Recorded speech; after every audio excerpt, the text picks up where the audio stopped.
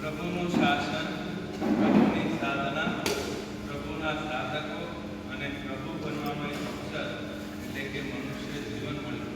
અને મનુષ્ય જીવનમાં ચાતુર્માસની આરાધના એટલે આત્માને પરમાત્મા બનાવવાનો એક અદ્ભુત પર્વ.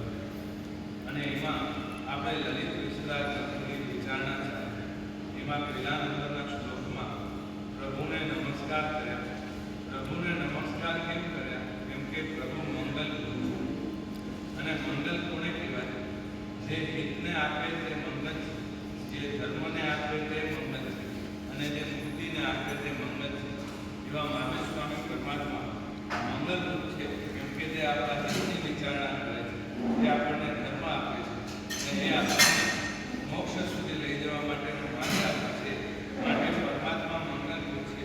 એવા પરમાત્માને નમસ્કાર કર્યા પછી લલિત વિસ્તરા ગ્રંથમાં જે ચૈત્યવંદનના સૂત્રો છે એમાંનું એક અદ્ભુત સૂત્ર છે જય વિલય, કે જેના પર આપણે વિચારણા કરવી છે.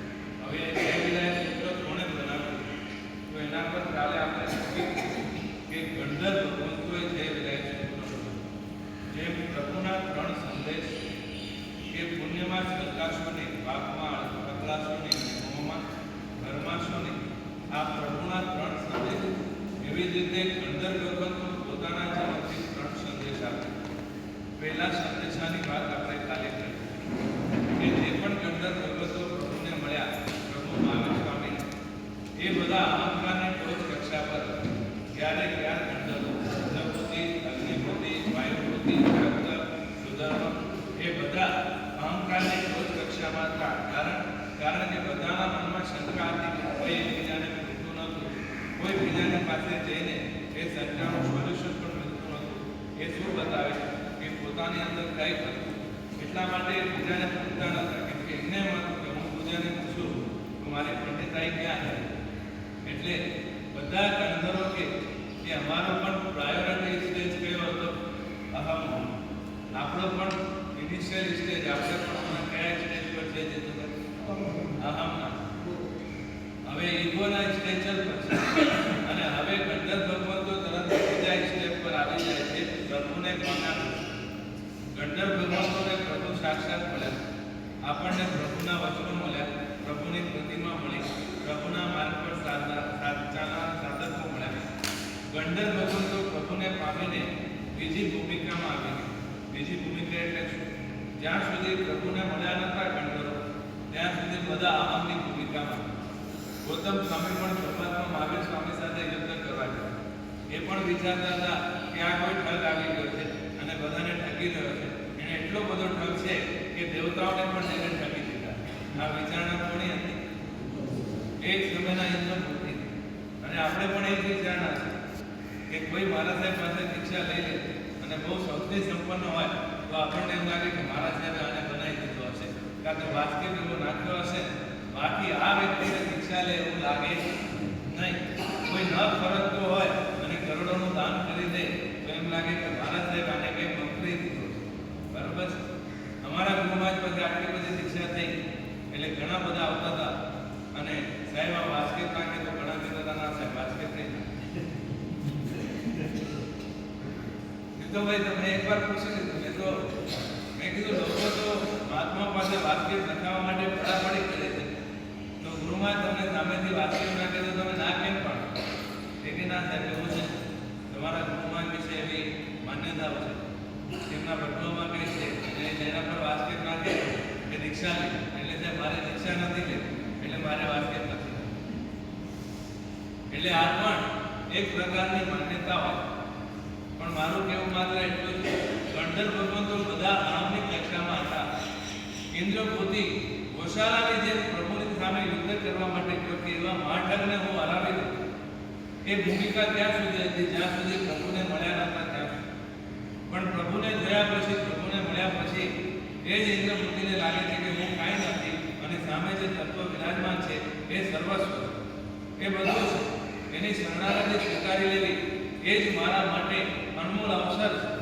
એટલે પ્રભુને પામ્યા નતા ત્યાં સુધી બધા ગંધર્વ ભગવંતો અહમની ભૂમિકામાં હતા. આપણને કદાચ આપણે વિચારીએ કે આપણે પણ ગંધર્વ ભગવંતો જેવા પહેલાના સ્ટેજ પર છે આપણે બધા પાસે અહમ છે. આપણી પાસે કોઈનો કોઈ વસ્તુનો અહમ આપણે લઈને બેઠા છે. કોઈ પદાર્થ, કોઈ જ્ઞાન, કંઈ ને કંઈ આપણે લઈને બેઠા છે જે વાસ્તવમાં અહમ કરવા જેવું નથી. કેમ કે આપણી પાસે એવું કંઈ નથી કે જેનો અહમ કરી. ઇન્દ્રબુદ્ધિ પાસે તો જ્ઞાન પણ એક કક્ષાનું હતું કે એનો અહંકાર કરી શકે. આપણા તો જ્ઞાનના ઠેકાણા નથી.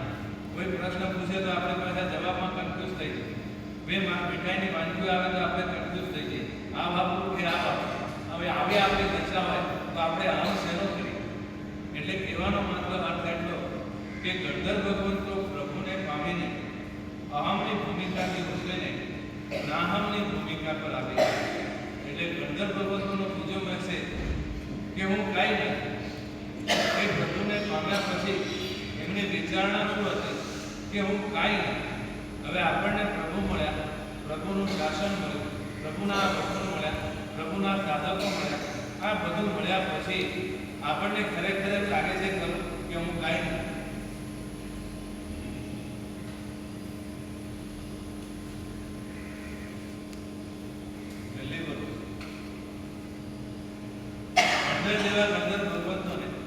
ઇન્દ્રબુદ્ધિ પ્રભુ પાસે જાય અને પ્રભુના દર્શન કરે ત્યારે વિચારમાં પડી જાય કે આ છે કોણ? વિષ્ણુ છે, બ્રહ્મા છે, શંકર છે કોણ? આ તો કોઈ નથી. આ કોણ છે? તો કે આ તો સર્વજ્ઞ છે. અને ત્યાં ગૌતમ સ્વામી એટલે ઇન્દ્રબુદ્ધિનો પણ અહંકાર જતો રહે અને એ નાહમની ભૂમિકામાં આવી જાય અને પ્રભુના ચરણોમાં બાલકની જેમ સમર્પિત બની જાય છે. આજે આપણે રોજ પ્રભુ પાસે જઈએ. ગૌતમ સ્વામી તો એકવાર સમર્પણમાં ગયો અને બાલકની જેમ સમર્પિત થઈ ગયો. આપણે રોજ પ્રભુ પાસે જઈએ અને એમાં પછી વાર પ્રમાણે અલગ અલગ પ્રભુ પાસે જઈએ. ક્યારેક આદિનાથ પાસે, ક્યારેક વાસુપૂજ્ય, ક્યારેક વિમલનાથ, ક્યારેક મલ્લીનાથ, ક્યારેક મુનીશ્વર સ્વામી. રોજ અલગ અલગ પ્રભુના સમર્પણમાં આપણે ગયા. પણ આપણે થોડો સમર્પિત થઈ શક્યા એક બાલકની જેમ કે પ્રભુ હું કાંઈ નથી.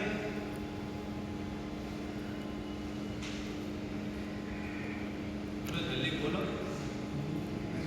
હે કેમ સમજાતા? તો પછી તો દેરાસરમાં શેના માટે જાય? કોણ તમારા કરાવવા કે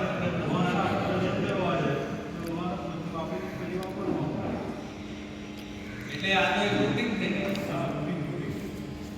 જેમ તમારા માટે કર્તવ્ય રૂપ છે, અમારા માટે ક્રિયા રૂપ છે. અમારે પણ એવું છે કે પરમાત્માના દર્શન કર્યા વગર પછાડ પાડી શકે નહીં અને કદાચ મારે તો પાડી શકાય. બરાબર છે? એવી રીતે તમારામાં એવું છે કે ભાઈ આપણે જૈન છે અને જૈનની વસ્તીમાં રહીએ છીએ, બધાને ભેગા રહીએ છીએ અને હું પૂજા કરવા ન જાઉં, દર્શન કરવા ન જાઉં તો આજુબાજુ વાળા કહે છે કે જૈન છોને દર્શન કરવા જતા નથી, જૈન છોને પૂજા કરવા જતા નથી. સવારે સવારે ઉઠીને પછી અહીંયા પેપર વાંચો છો, છાપા વાંચો છો, બાકડે બેસો છો. એના કરતાં પ્રભુના દર્શન કરો તો શું ફરક પડે? એટલે આટલું બધું સાંભળવું પડે એના કરતાં પ્રભુના દર્શન કરી લઈએ એ સારું. પણ બોલો, જ્યારે અંદરથી કંઈ પણ આવતું નથી તો એ પ્રભુમાં દરબારમાં ગયા પછી પણ શું આવે?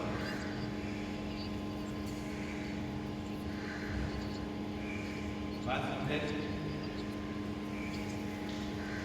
દાદા પાસે ગયા અને આપણી દાદાગીરી ઓછી ન થઈ તો પછી દાદાને ભેટવાનો અર્થ શું? ઘણા બધા તો દાદાના દરબારમાં પણ દાદાગીરી ચલાવતા. એ આવી પૂજા કરાય કે એ હનુષ્ણા કેમ છે, એ વચ્ચે ક્યાં? અરે દાદાની સામે દાદાગીરી.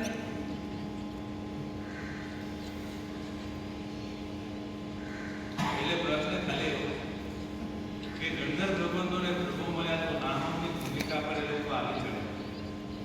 આપણે આટલા દિવસોથી પ્રભુની પૂજા કરી, આટલા વર્ષોથી પ્રભુના દરબારમાં જઈએ, આપણો અહમ ખતમ કેમ ન?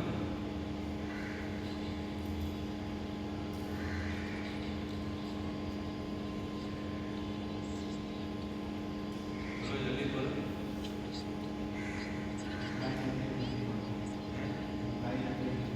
હું એ જ કહું છું કે હું કાંઈ નથી માનતા તો કાતે માનું કે હું બધું છું એવું પણ માનવા આપણે તૈયાર છે અને હું કાંઈ નથી એ પણ માનવા તૈયાર છે. તો પછી આપણે પ્રભુ બનશું કેવી રીતે? આપણે દાદા પાસે જઈએ અને આપણા દોષોના સ્વીકાર કરવા અને દોષોને સમાપ્ત કરવાની તૈયારી આપણે કેમ કરી? ઇન્દ્રબુદ્ધિને પ્રભુ એક જ વાર મળ્યા, એક જ વાર જોયા અને ઇન્દ્રબુદ્ધિ સમર્પણ થઈ ગયું અને એ સમર્પણના કારણે ઇન્દ્રબુદ્ધિદેવ ગૌતમ સ્વામી બન્યું. હવે વિચાર કરો, આપણે કે આપણે જે બની શકીએ એ બનવા માંગે છે. મારી વાત સમજે? તો જીતુભાઈ શું રાજીપો છે એમાં, આનંદ છે એમાં, આપણે જે છે એમાં, કે આપણે જે બની શકીએ એમાં. તો પછી ક્યાં ઠેકાણું કરવાનું? તમે જીતુભાઈ છો પણ તમે જીવિત સ્વામી બની શકો છો. બંને કન્ડિશન અલગ છે. જીતુભાઈ તમારે અસ્તિત્વ છે પણ તમારું પ્રભુત્વ જ્યારે પ્રગટે તો તમે જીવિત સ્વામી બની શકો. એટલે તમારામાં સંભાવના પ્રભુ બનવાની છે અને પ્રભુને સમર્પિત થઈ જાઓ તો તમે પ્રભુ બની શકો. પણ તમને હવે રાજીપો અને આનંદ અને શું બનવામાં મજા છે? જીતુભાઈ રહેવામાં જ મજા છે કે જીવિત સ્વામી બનવામાં મજા છે?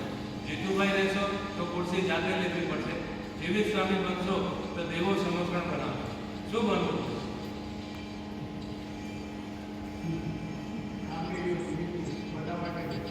આ જીવિત તો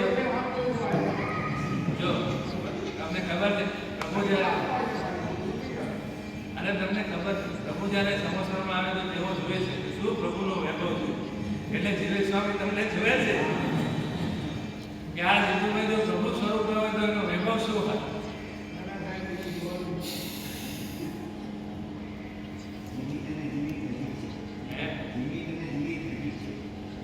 એમ તો બધા મારી નજીક છે અને બધા મારી દૂર છે.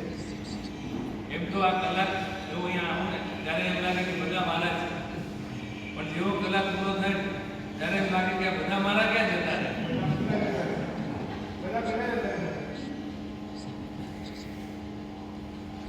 ચલો ખાલી પ્રશ્ન એટલો કે ગણધર પ્રબંધો પ્રભુને પામી અહમની ભૂમિકાથી નાહમની ભૂમિકા પર આવી છે તો આપણે પ્રભુની પૂજા પણ ઇન્દ્રભૂતે તો ખાલી પ્રભુને જોયા, પ્રભુનો સ્પર્શ ક્યાં કર્યો, પ્રભુનું ચૈત્યવંદન ક્યાં કર્યું, પ્રભુના પક્ષાલ ક્યાં કર્યો, પ્રભુનું નમન પોતાના માથે ક્યાં લગાવ્યું. ખાલી પ્રભુને જોયા અને પ્રભુને જોયાથી જ એમ લાગવા લાગ્યું કે હું કાંઈ નહીં. અને આપણે તો પ્રભુનો પક્ષાલ પોતાના શરીરે લગાડી દીધો, આપણે પ્રભુનો સ્પર્શ કરી દીધો, આપણે પ્રભુના વચન માન્યા, આપણે સાધુને સુપાત્ર દાન આપ્યું. આટલું બધું કર્યા પછી પણ આપણી અંદરનો અહમ ઓગળતો નથી. અને ઇન્દ્રભૂતિનો અહમ, એ ગંધર્વ ભગવંતોનો અહમ માત્ર પ્રભુના દીદાર થયા અને એમનો અહમ વળગી ગયો. તો આપણામાં અને એમાં ફરક ક્યાં? એ તો જોયા પછી સમર્પિત. તો આપણે પ્રભુના દીદાર કર્યા તો આપણે સમર્પિત કેમ ન બન્યા?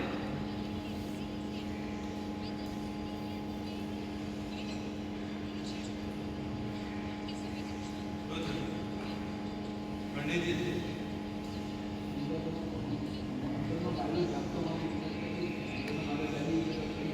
તમે જાગેલા તો છો, કાલે કામ કર્યું કે નહીં?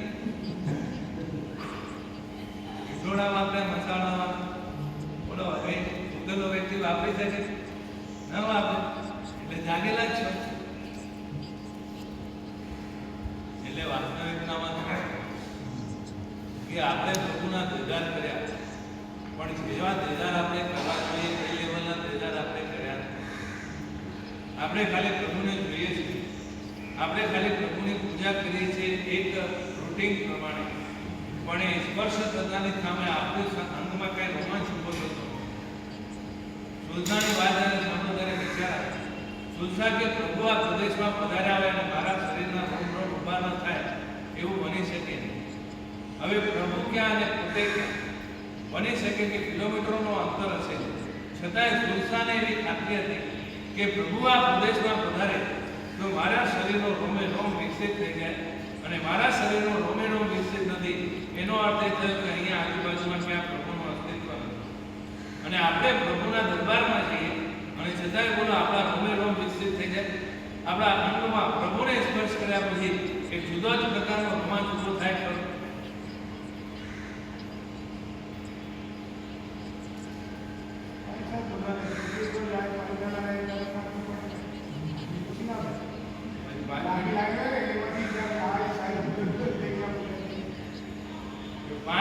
માટે થાય પણ એ રોમાંચ ટાઈમ નક્કી કેમ નથી?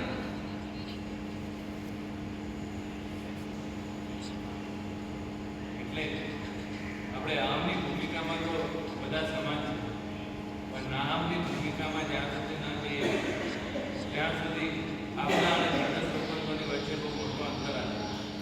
અને નાહમની ભૂમિકામાં જવા માટે કાલે 3 સ્ટેપ આપણે કીધા કે અહંકાર બહુ હોય તો આપણાથી આગળ લોક અભાવ.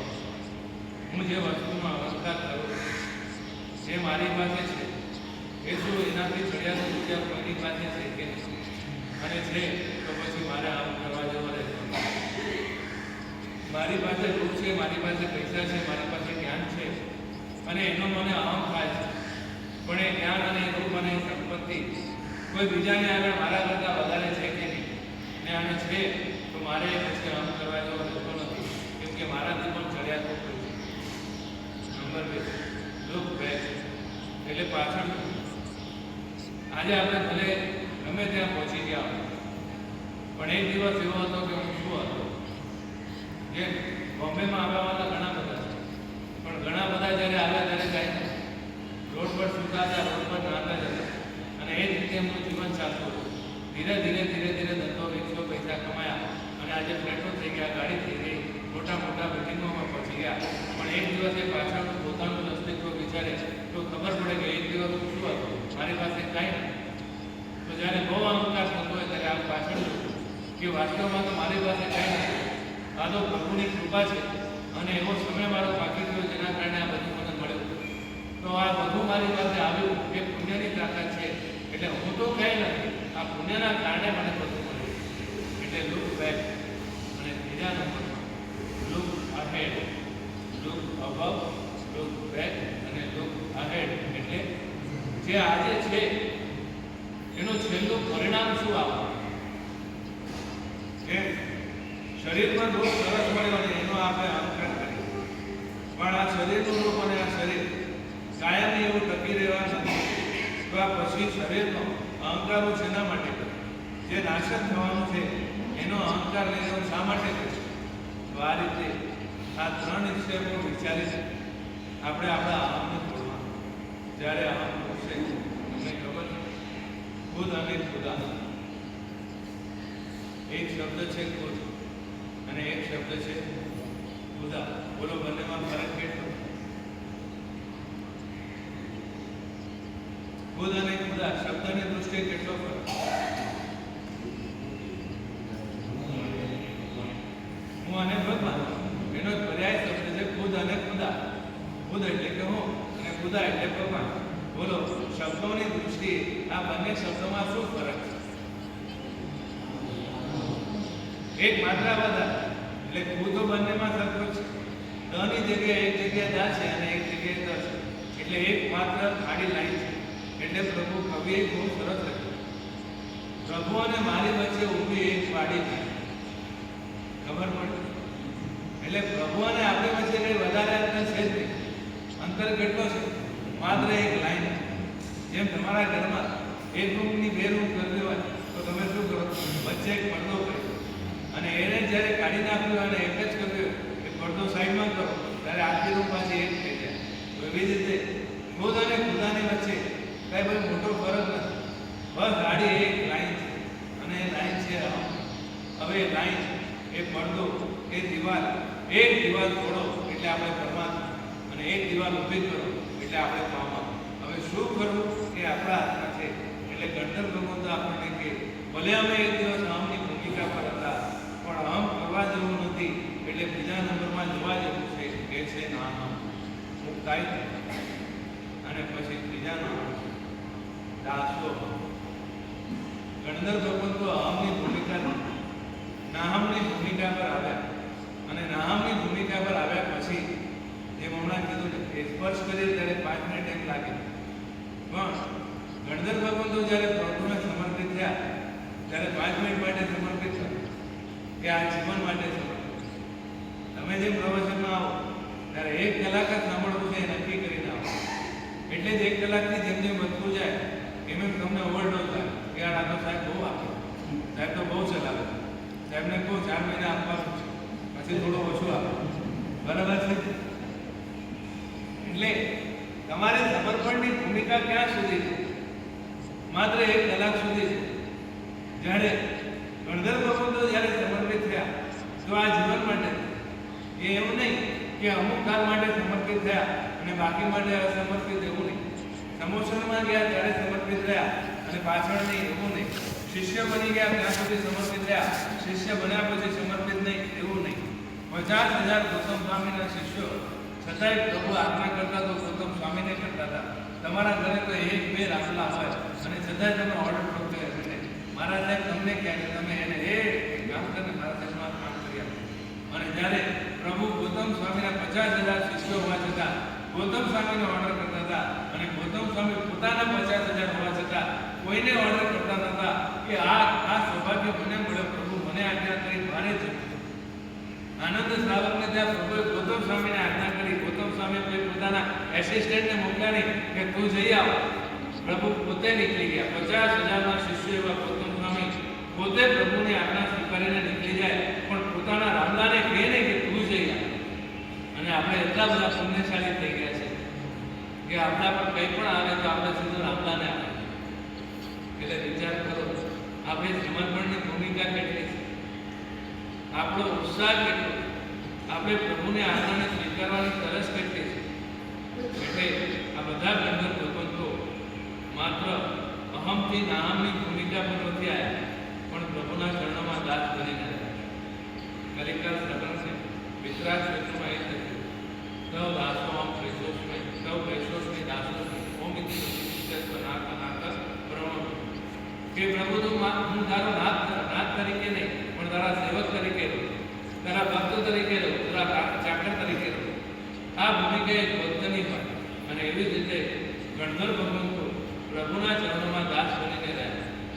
આપણે કોઈને આવી રીતે સમર્પિત કરીને રહી શકીએ ખરા?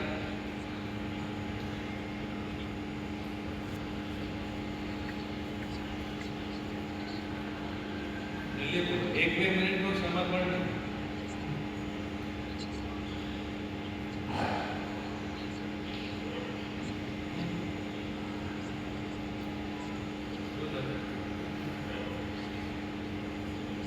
તમારા બધા કરવું શું છે એ મને આમ છોડવો પણ નથી, આમ બનવું પણ નથી, દાસ રીતે રહેવું પણ નથી. તો સારું કરવું છે શું? શું કરવું?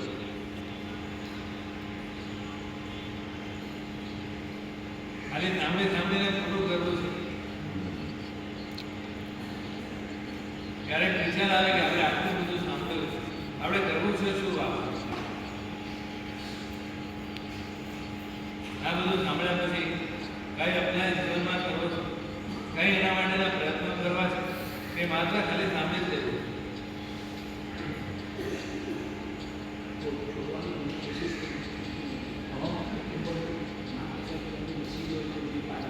તમે કોઈને છોડવા ઈચ્છો ને છોડી નશો કેવું બને? જો 8:30 વાગે તમે મને છોડવાની ઈચ્છા રાખો, બોલો કોઈ રોકી શકે તમને? હું તમને પકડવા પણ ઈચ્છું તો તમે તો સાહેબ સાટા મારે.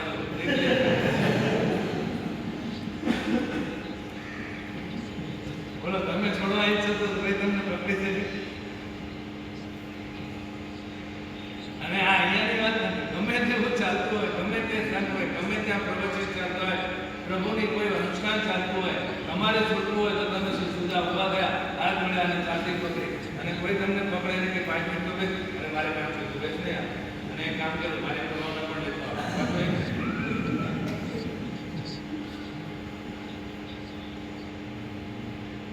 બોલો છોડવું હતું એ છોડી દીધું ને જે ના છોડવું હતું એ નથી છોડવું. એટલે પ્રભાવમાં છોડવી નથી તો પેલાને બેસાડી દીધું કે મારી લીધો આવે. એટલે આપણે છોડવું હોય તો કોઈ રોકી શકતું નથી, પણ પેલાને પકડાય છે કે આપણે છોડવું છે ખરું. આપણે બંધનમાં છે એવું લાગે છે ખરું. સંસાર એક બંધન એવું આપણને લાગે છે.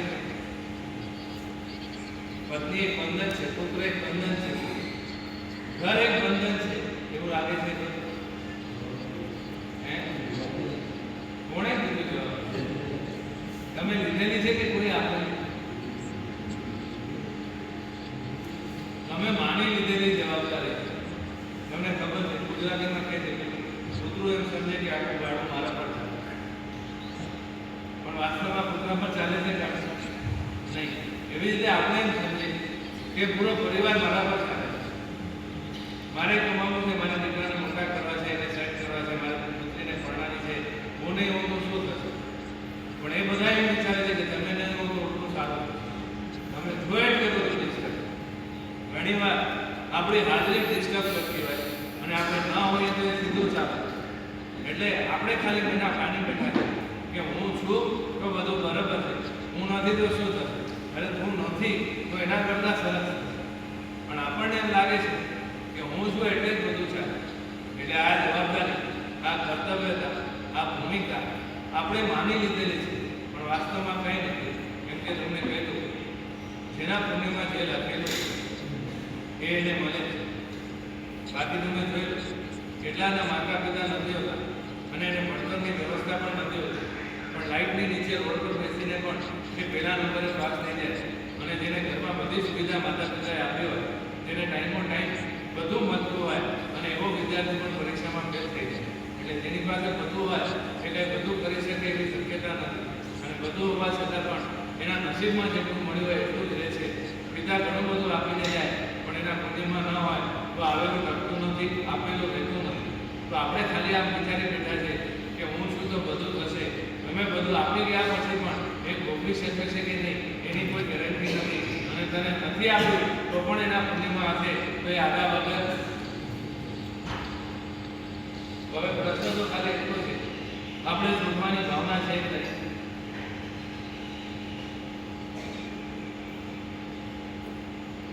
તો તમે મને પહેલા એક પ્રશ્નનો જવાબ આપો. તમારે બધાએ કરવું શું છે? તમે બધા શું નક્કી કરી નથી?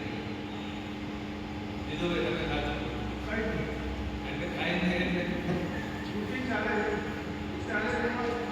કોઈ તકલીફ ના પડે. આ રૂટીનમાં છે શું? આ રૂટીનમાં ભણેલું આ મનુષ્ય જીવન જો ખાલી પૂરું કરી દેશું તો પરમાત્માએ જે મનુષ્ય જીવનના વખાણ કર્યા એની મહત્તા આપણે સમજાય. આમ તો જીવન પશુ પણ પૂરું કરી દે છે. બોલો, પશુ ધીરે ગતિમાં હોય એને તેનો વિચાર ચાલે કે આજે શું ખાવાનું મળશે, આજે ક્યાંક સુવાનું મળશે, કાટલું મળી અને પશુ પોતાનું જીવન ધીરે ધીરે આ રીતે પૂરું કરી દે. જો આપણે પણ ખાલી આ જ રીતે રૂટીનમાં જીવીને જીવન પૂરું કરવું હોય તો આપણા પશુની વચ્ચે અંતર ક્યાં? એટલે પહેલા નંબરમાં પ્રભુના શરણ રહેશે, બીજા નંબરમાં જયવિરાય સૂત્રની જેને રચના કરી એવા ગંધર્વ ભગવંતોના શરણ રહેશે. હવે જયવિરાય સૂત્ર પર વિસ્તારથી જેને સમજણ આપી એવા ભગવાન હરિભદ્ર શ્રીનિવાસ અને એમના જીવનના પણ આપણે અમુક પ્રસંગોને વિચારી કે કયા લેવલ સુધી હતા અને એ ક્યાં પહોંચી. તમને કહી દઉં, પહેલા જ શ્લોકમાં પ્રભુને નમસ્કાર કર્યો. નમસ્કાર કરવું એ બહુ દુર્લભ છે. નમસ્કાર પોતે દુર્લભ છે. કેમ કે કોઈને નમી જવું એ એટલું બધું સહેલું નથી. એટલે નમસ્કાર દુર્લભ છે. નંબર 2, ગુણવાનને નમસ્કાર અતિ દુર્લભ. એટલે સંપત્તિવાળું કોઈ હોય, પુણ્યશાળી હોય એને બધા ઝૂકતા અને ઝૂકી જાય પણ કોઈ ગુણવાન હોય અને એને ઝૂકવું હોય એ અતિ દુર્લભ. અને નંબર 3, ગુણવાનને ગુણની પ્રાપ્તિ માટે નમસ્કાર કરવા એ અતિ દુર્લભ. એટલે સમજો, કોઈ તપસ્વી હોય અને એને આપણે મંત્રી વંદન કરીએ એ દુર્લભ છે. હવે તપસ્વી છે એના માટે આપણે એને વંદન કરીએ એ અધિક તપ.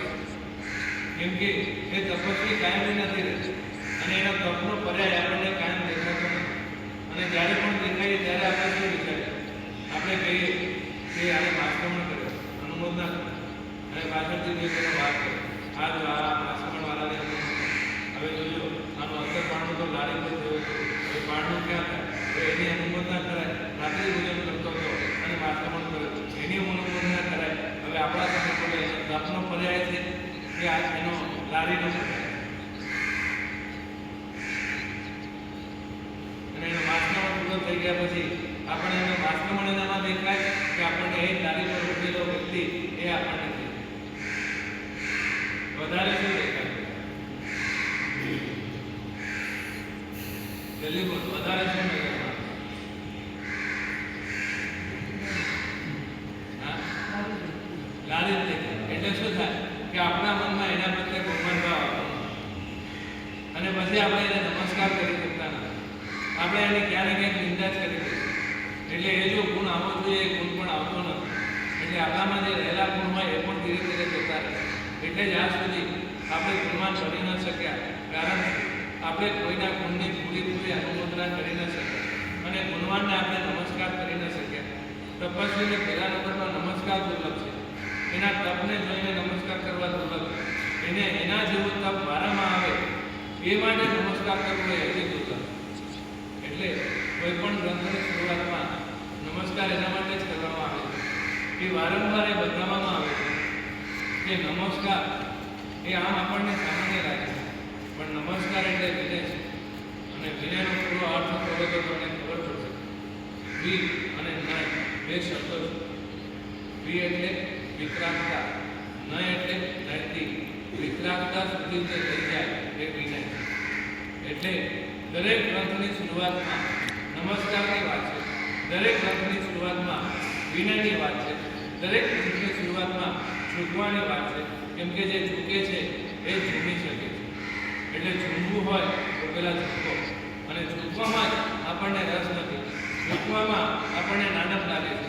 ઝૂકવામાં આપણે સામે રહેલી વ્યક્તિમાં દોષ દેખાય છે. એટલે આપણે ઝૂકી શકતા નથી. પણ પ્રભુ કહે છે સાધનાની શરૂઆત, સાધક ભૂમિકાની શરૂઆત એ ક્યાંથી થાય છે? ઝૂકવાથી થાય છે. અને ઝૂકવું એટલે માત્ર શરીરથી નહીં પણ આપણું મન, આપણું હૃદય એને નમી જાય એ છે ઝૂકવું. આવું ઝૂકવું જ્યારે આવશે ત્યારે જ આપણે ઝૂકી શકીએ. એટલે એક તો પહેલા શ્લોકમાં પરમાત્માને નમસ્કાર કરે અને પરમાત્માના 3 સંદેશ આપણે જોયા. પછી એ સૂત્ર જે ગણધર ભગવંતોએ જણાવ્યું છે એમના 3 મેસેજ આપણે જોયા. હવે એ સૂત્ર પર જેને વિસ્તાર લખ્યો છે એવા ભગવાન હરિભદ્ર સુરીમાન. બોલે ભગવાન હરિભદ્ર સુરીમાન એટલે આ બધા જેટલા પૂર્વ પુરુષો, મહાપુરુષો છે એ બધા એમના પૂર્વના સમયમાં એટલે કે પાર્ટ ઓફ લાઈફના આગળના પાર્ટમાં આપણા કરતાં પણ કદાચ નીચેની કક્ષામાં હશે અને એ જ્યારે પાછળની લાઈફમાં આવ્યા તો એકદમ ટોચ કક્ષા પર આવી. એટલે આપણે ઘણી વાર ચેક કરતા હોઈએ કે પહેલાં તો અમારા કરતાં પણ પહેલાં પણ પાછળથી આપણા કરતાં પણ ઊંચા ઉઠ્યું. તો આપણે આપણા જીવનમાં આવું કેમ ન કરીશું? ભગવાન હરિભદ્ર સુરીમાન એ પહેલાં શું હતા? રોહિત હતા, ચિત્તોડ કરતા. બહુ માન સન્માન એમની પાસે હતું, વિદ્યાઓ એમની પાસે હતી, શાસ્ત્રના પારગામી હતા અને અહંકારી એટલે કે આપણે બિલીવ ન કરી શકીએ એ લેવલના અહંકારી. એટલે પોતાના પેટ પર સોનાનો પટ્ટો બાંધી રાખે. એના માટે તો એ વિચારતા હતા કે મને એટલું બધું જ્ઞાન છે એ જ્ઞાન ક્યારે ફૂટીને બહાર ના આવે એટલે પટ્ટો બાંધતા. પોતાની પાસે જંબુ વૃક્ષને એક ડાળ રાખતા કે આ જંબુ દ્વીપમાં મારી સાથે વાત કરનાર કોઈ નથી અને કોઈ વાત કરવા આવે તો હું એને પરાજિત કરી દઉં અને એ જો ભાગી જાય તો એના માટે પણ એમની પાસે વિકલ્પો એક નાની જાળી રાખતા. એના માટે કે મારી સાથે કોઈ વાત કરવા આવે અને હારવા લાગે અને ભાગીને નદીમાં વયો જાય તો હું આ જાળ નાખીને એને નદીમાંથી પણ કાઢીશ અને એની સાથે વાત કરીશ. એટલે એક બાજુ લાગે છે કેટલા જ્ઞાની હશે અને એક બાજુ એમ લાગે કે કેટલા મૂર્ખ જેવી પ્રવૃત્તિ કરે કે જાળ રાખે સાથે અને કે વાદી ભાગી જશે તો નદીમાં પણ જાળ નાખીને એને બહાર કાઢે. પછી કોદાળી રાખે કે એ કદાચ પૃથ્વીમાં અંદર દટાઈ જશે તો હું ખાડામાંથી ખોદીને એને બહાર કાઢીશ અને એની સાથે વાત કરીને એને હરાવીશ. એક નાની સીડી રાખે કે એ કદાચ ઝાડ પર ચડી જાય તો ઝાડ પર ચડીને એને નીચે ઉતારીને એની સાથે વાત કરીશ અને એને હરાવીશ. એવા એક દિવસના બ્રાહ્મણ, એક દિવસના પંડિત એ આગળ જતા ભગવાન હરિભદ્ર સુરીમાન. વિચાર તો કરો કયા લેવલનો અહંકાર છે. તમને બધામાં અહીંયા કોઈને એવો અહંકાર દેખાતો કેમ કે કોઈ સીડી લઈને પડતો ઘણી સીડી છે, સીડી પણ એ તો લિફ્ટથી જ જાય છે.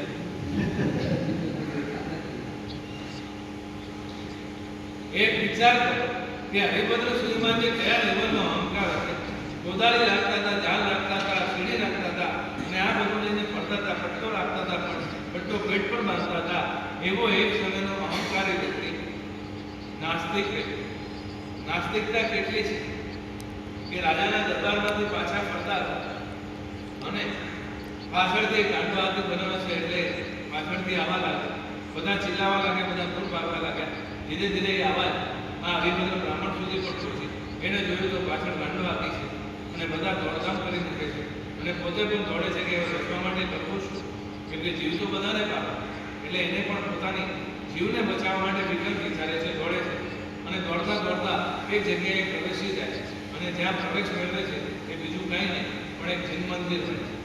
એટલે પરમાત્માના મંદિરમાં પ્રવેશ કર્યા પછી એને એમ શાંતિ તો થાય કે પછી અને હાથી જતો રહે, પણ પરમાત્માની મૂર્તિને તે જ્યાં જોઈ છે ત્યાં એક કેટલીક કક્ષાનો નાસ્તિક હોય છે કે પ્રભુની મૂર્તિને જોઈને એમ વિચારે છે કે તવ મૂર્તિ એ વાચસ્કે સ્પષ્ટ મિષ્ટ ભોજન, એટલે કે હે પરમાત્મા, તારી આ ફૂલેલી પ્રતિમા જોઈને મને એમ વિચાર આવે છે કે તું રોજ સરસ મજાના દ્રવ્યો આરોગે છે, કેમ કે દ્રવ્યો આરોગ્યા વગર તારી આ સરસ મજાની આકૃતિ, તારી આ પ્રતિમા એટલી સરસ હોઈ ન શકે. એટલે હે પ્રભુ, તું રોજ સરસ મજાના દ્રવ્યો આરોગે છે એવું મને લાગે છે.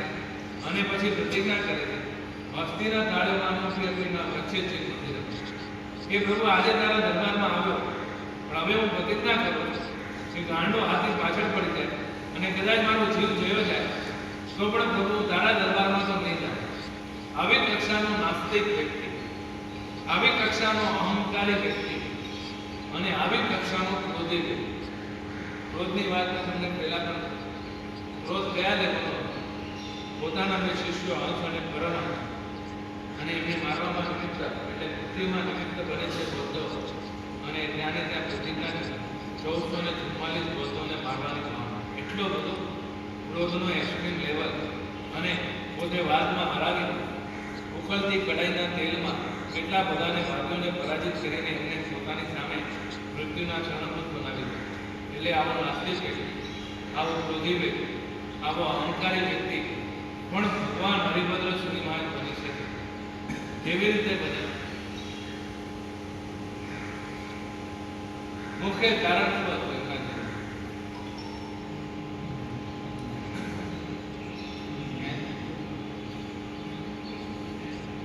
બોલો, તમે બધા તો સાંભળેલું જ હશે, કે તમે બધા કેવલ જ્ઞાની. બોલો બોલો, મુખ્ય કારણ શું? એક બ્રાહ્મણ પંડિતમાંથી ભગવાન હરિભદ્ર સુધીમાં, અને આજે એમના ગ્રંથો એટલી ક્રોસ કક્ષામાં લખેલા ગ્રંથો છે કે કદાચ આપણે વાંચીએ તો એના અર્થો પણ આપણે કરવામાં ફાફા પડી જાય એવા એ મહાપુરુષે લખેલા ગ્રંથો જૈન નથી પાછા આવ્યા છે. બ્રાહ્મણમાંથી આવેલા એક ભગવાન હરિભદ્ર સુધીમાં, અને આપણા શાસ્ત્રો લખે, આપણા પ્રભુના વચનોનું આલેખન લખે, અને આપણે પ્રભુને પામેલા હોવા છતાં પણ એક બ્રાહ્મણના શબ્દોને, આપણા શબ્દોને આપણે સમજી નથી શકતા. તો એક નાસ્તિક, એક અહંકારી, એક ક્રોધી વ્યક્તિમાં આટલો બધો પરિવર્તન થઈ જાય, એક નીચેના આસ્થાનમાંથી ટોચ કક્ષા પર વિરાજમાન થઈ જાય.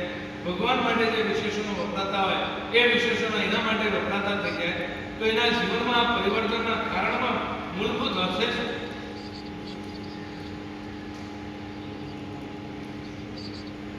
શું હશે એવું કે જીવન પરિવર્તન?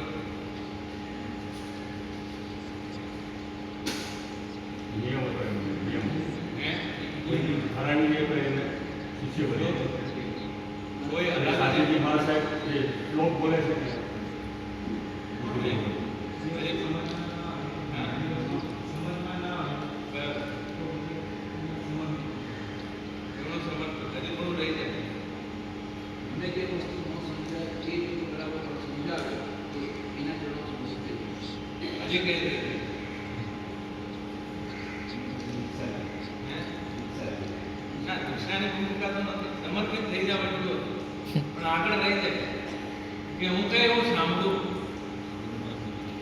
અને પછી મને ના સમજાય, તો જે મને એવું સંભળાવે અને એનું પછી સમજાવી દે તો મારે એને સમર્પિત કરવું. બરાબર છે? એટલે આટલા બધા અહંકારી, આટલા બધા ક્રોધી, આટલા બધા નાસ્તિકની કક્ષામાં હોવા છતાં એમને માત્ર એક નિયમના કારણે પહોંચે, અને એ નિયમ કેટલો નાનો ન હોય કે ખાલી મને ન સમજાય, પણ એ નિયમ એમને ક્યાં સુધી લઈ ગયો? ભગવાન હરિભદ્ર શ્રી મહારાજ કોઈ કારણ હોય તો આ રહેવા નહીં, એવો તમને કોઈ નિયમ કરો? જીતુભાઈ કોઈ નિયમ? આજે એક નિયમ કરો કે આજે અહીંયાથી ઘરે જાઓ અને શ્રાવ્ય કાકા ઘરના સભ્યો પધારો સ્વામિનારાયણ કે રોજ મારે ઘરમાં જવું.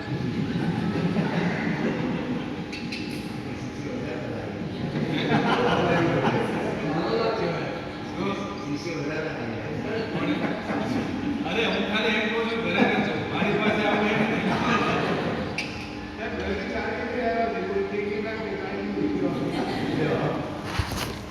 એટલે જ જરૂર પેલા જતા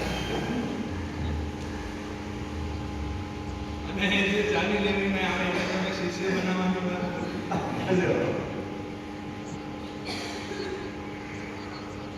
બોલો. આપણે એવો કોઈ નિયમ જીવનમાં રાખ્યો નથી કે જે આપણને પતિથી પાવન બનાવે છે, જે આપણને ભક્તિમાંથી ભગવાન બનાવે છે, એવો આપણો કોઈ સિદ્ધાંત ખરો? એવી આપણે કોઈ બાઉન્ડ્રી લાઈન રાખી નથી. અને તમે જોઈ લેજો જૂના જેટલા પણ મહાપુરુષો હશે એ બધાએ જીવનમાં એવી કોઈને કોઈ બાઉન્ડ્રી લાઈન રાખી હતી. એના કારણે જ્યારે પતિત પણ થયા તો એને પાવન થવાનો એક અવસર ઊભો રહ્યો. આપણે ન કોઈ નિયમ કોઈ બાઉન્ડ્રી રાખી જ નથી. એટલે આપણે જ્યારે પડતા જઈએ ત્યારે એટલા લેવલ સુધી પડી જઈએ કે આપણને કોઈ ઉચકી પણ નથી. એટલે જીવનમાં એવી કોઈ બાઉન્ડ્રી લાઈન તો રાખો કે જ્યાં આપણે અટકી શકીએ અને જ્યાંથી પછી પાછું આપણને કોઈ ઉચકી શકે. આ હરિભદ્રમાંથી ભગવાન હરિભદ્ર બની ગયા એની પાછળનું કારણ આ એક નાનકડો નિયમ કે હું કંઈ સાંભળું અને ન સમજાય તો મારે એને સમર્પિત કરવું. આ વિનયનો એક બીજ અંદર પડેલો, અહંકારનો પર્વત ભલે રચાયેલો હતો પણ વિનયનો એક નાનકડી કાકરી પણ અંદર પડેલી હતી અને એ કાકરી તે અહંકારના પર્વતને તોડીને ભસ્મીભૂત કરી દે છે. એક જ્યારે રાજસભામાંથી બહાર આવતા હોય અને સાધુ ભગવાનનો ઉપાસના વચ્ચે આવે અને સાધુ ભગવાનનો સ્વાધ્યાય કરતા હોય અને એમાં એક શ્લોક એમને સંભળાય છે, હરિ ચુક્કામ હરિ દુર્ગામ હરિ પણગામ. અને એ શ્લોકનો અર્થ એ વિચારે છે કે આ કંઈ બેસતું નથી, આ ચક્કી અને ચક્કામાં શું થાય છે મને કંઈ સમજાતું નથી. અને ત્યાં પોતાનો અહંકાર ખંખેરાય કે આટલો બધો પોતાને વિદ્વાન માનું, હું આટલો બધો પોતાને જ્ઞાની માનું અને એક સ્ત્રી કંઈ વસ્તુ બોલે અને એ વસ્તુનો અર્થ મને ન સમજાય તો હું કેટલો પામો છું. એટલે તરત ને તરત સાધુ ભગવત પાસે અંદર જવાની વાત કરે. પણ રાત્રિનો સમય એટલે સાધુ ભગવત કે હમણાં આવે સવારે અને સવારે સાધુ ભગવત પાસે પહોંચે અને સાધુ ભગવાનને વિનંતી કરે કે રાતના આપ કાંઈ બોલતા હતા હરિ પણગામ હરિ દુર્ગામ હરિ ચક્કામ, પણ મને એનો કંઈ અર્થ સમજાયો નહીં. એટલે આપને મારી વિનંતી છે એ અર્થ મને સમજાવો. હવે સાધુ ભગવત પણ કેટલા બધા શાસનને સમર્પિત અને જ્ઞાની અને પ્રભુ આજ્ઞાનું પાલન એ શું કામ કરે છે. એ સાધુ ભગવત પણ જો અહંકાર એવો તો પોતે અર્થ બતાવી શકે, પણ એમનીમાં પણ વિનયની કક્ષા ટોચ કક્ષાની હતી. એટલે આજે એક પાત્રનો સુપાત્રથી મિલન થયો હતો. એક દીકરાને ખરેખર માતા મળી હતી.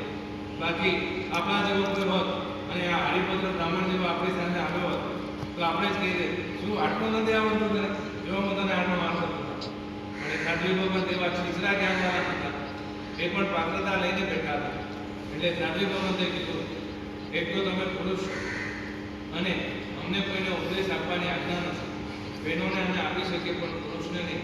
એટલે તમારે આ શ્લોકનો અર્થ જાણવો હોય તો અમારા જે આચાર્ય ભગવાન છે ચિંતક સસુરીમાં એમની પાસે તમે પહોંચી જાઓ અને એ જ તમને આનો અર્થ બતાવી શકે. કેમ કે અમે પુરુષોને આપતા નથી, અમારી એક મર્યાદા છે. એટલે તમારે ત્યાં જવું. અને હરિભદ્રને એ શ્લોકની અર્થની કેટલી બધી તરસ હતી.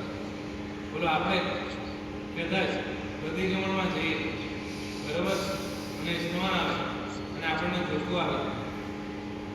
આપણે ઘણીવાર ઘણા બધાને ધોકા આવ્યા પણ પછી સાત્વિકે સાધુ ભગવાન પાસે કોઈ ગયું અને કીધું સાહેબ આજે કયું સ્ટોન બોલ્યા, મારું સ્ટોન રૂમમાં જતું રહ્યું, એક કામ કરો ફરીથી સંભળાવો.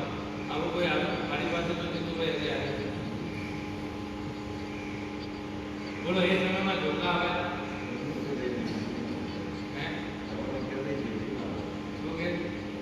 ક્યારે ચોખ્ખું આવે? એટલે ચોખ્ખું આવે તો ખરું. એ ભાઈ કહે છે ઇસ્તવન વખતે નથી આવતો, સંજય વખતે આવે છે. આવશ્યકમાં છોકરો, આવશ્યકમાં તો ઉભા છોકરા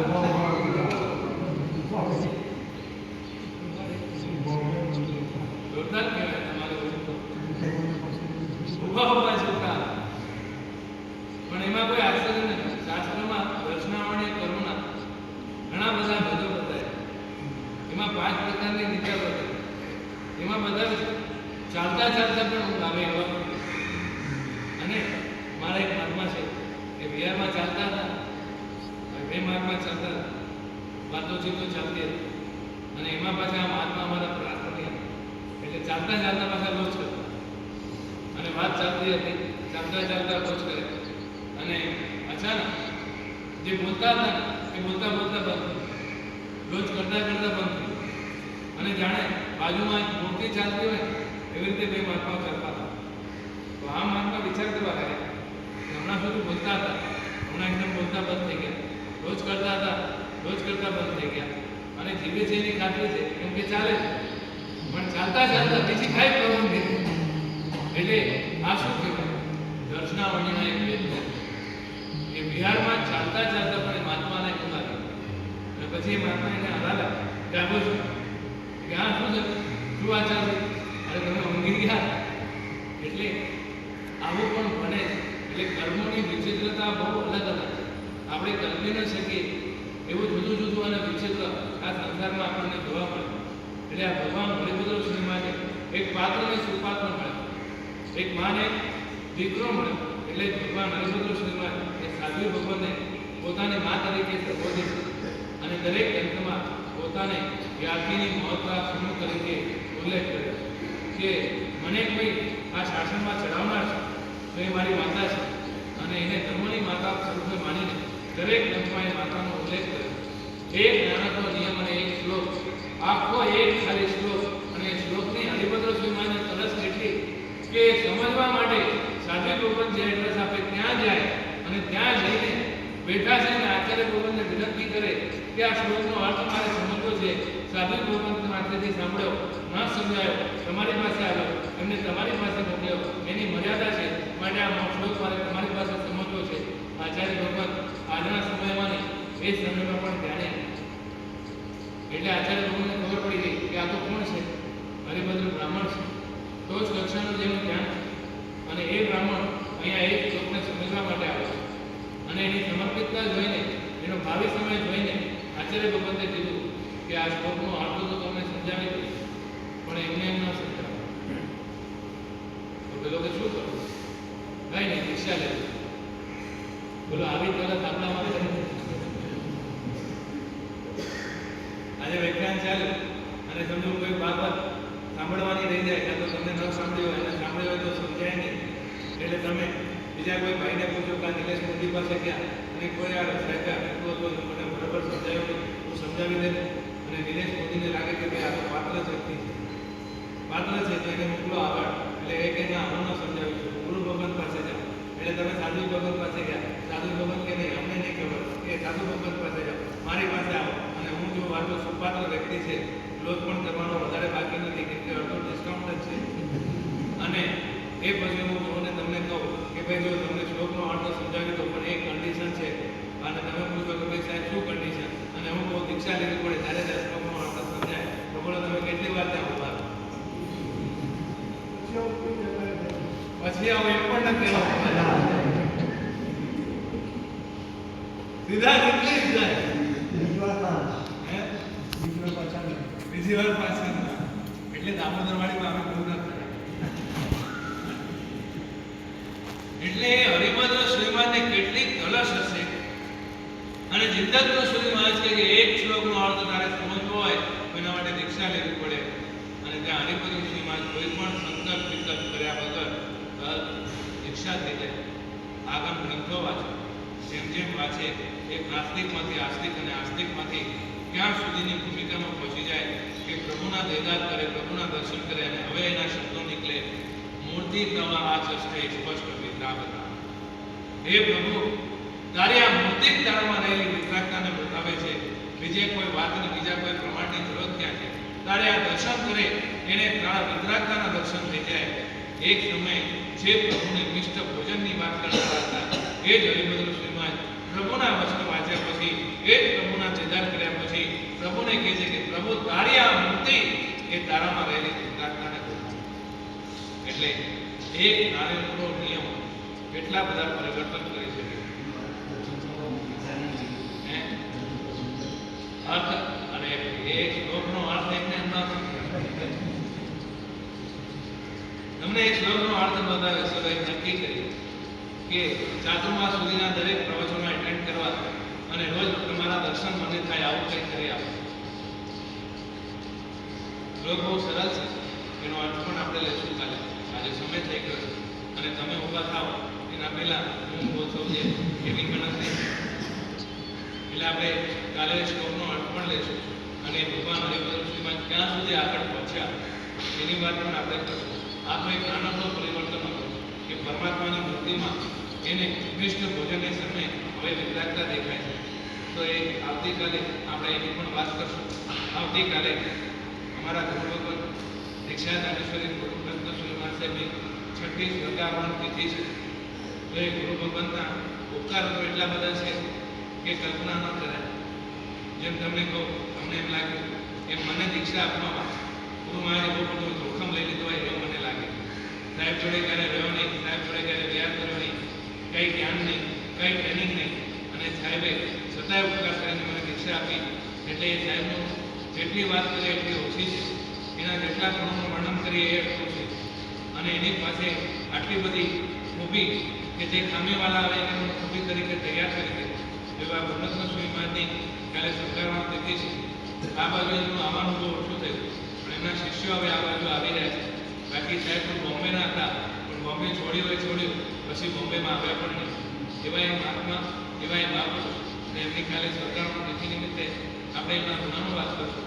ગુણાનું વાત તો શું કરી શકાય, એટલા બધા મહાપુરુષો હતા, પણ છતાંય એમના યજ્ઞિત ગુણોની આપણે કાલે વાત કરશું. તો એ નિમિત્તે એમ પણ આપણે તપમાં કાલે આપેલ એકાસન તો કરવું નથી.